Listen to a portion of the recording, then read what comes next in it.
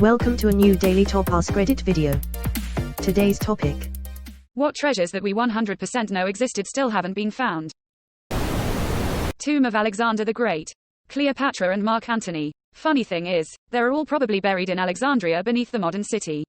I saw a documentary recently where an archaeologist was looking for his tomb and dug in a park in Alexandria. Finding a bust is Alexander buried very deep and further collapsed caverns.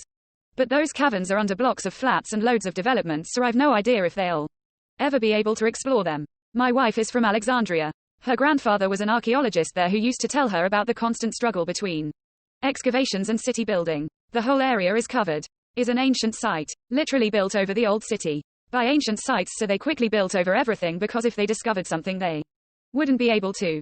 A lot of bribes and looking the other way, or there would be no modern city there. Crazy. The Tomb of Alexander used to be a huge tourist attraction with multiple people describing it in antiquity. Yet somehow everyone just forgot where it was. It is widely believed it was either destroyed by a riot that led to a fire, or a tsunami that happened, both around the 500s AD. I always thought the story behind his tomb winding up in Egypt instead of Macedonia was fascinating. The TLDR version basically boils down to Ptolemy attacking the funeral procession to steal Alexander's corpse and bring it to Alexandria as a power play against the other Diadochi. I went to college beside that museum in Boston that got robbed. They never found the thieves or the paintings. The famous Gardner Museum theft. No one knows what happened to the paintings still. Yes, it drives me crazy because a part of me thinks it was just some thugs that had no idea how to sell them. And the paintings are rotting away somewhere. That's what the FBI believes. The paintings were transported to Philadelphia in an attempt to sell them. The Isabella Stewart Gardner Museum was one of the largest art heists ever. There was a really good Netflix documentary on it a few years back. The 1715 Spanish treasure fleet wreck will almost certainly never be 100% recovered.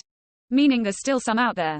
There is a pretty aggressive company with a fleet of underwater drones, and researchers find treasure ships banked by private investment partnerships. Deep Ocean Search recovered tens of tons of silver coins from city of Cairo, the deepest ocean treasure recovery, and turned it over to the UK government to get their salvage share. https www.deepoceansearch.com/project/steam-ship-city-of-Cairo/. There are some amazing Spanish treasure wrecks, but the government says they are warships, and the gold and silver they took from native peoples and enslaved to extract more is government property. So professional treasure hunters are not focusing on finding those is government property. I think they forgot about the international legal tradition of finders keepers. Is this the one they talk about in Florida Man? I remember seeing a National Geographic that says there's Spanish gold basically all over the sea floor between the Keys and Florida mainland. It's just not cost effective to get a single coin out of 50 meters of water. So the profitable locations are kept secret. The tomb of the first Qin emperor of China exists, and we know exactly where it is. The only part of the site that's been extensively excavated for artifacts is the famous terracotta army. The main tomb itself is still completely sealed, and no attempts have been made to open it since.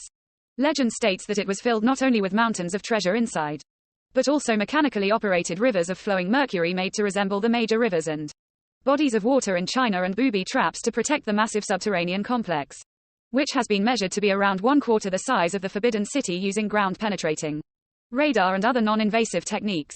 Apparently archaeologists and scientists have found disturbingly high levels of mercury in the ground around the tomb, giving some air of legitimacy to the legends, which also raises concerns about the legend of booby traps. There's also concern that we do not currently have the technology and knowledge to protect artifacts we'd excavate from outside air and contamination.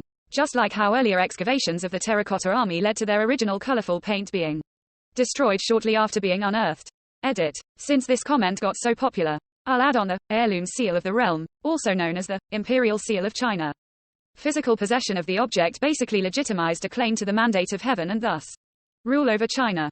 It was created in 221 BC, passing along through various emperors and factions until sometime between around 1500 to 1000 years ago. There's several theories on how, when, and where it was lost, but we'll probably never get an answer unless some farmer happens to stumble on a fairly big square hunk of intricately carved jade in some field and realizes what it is.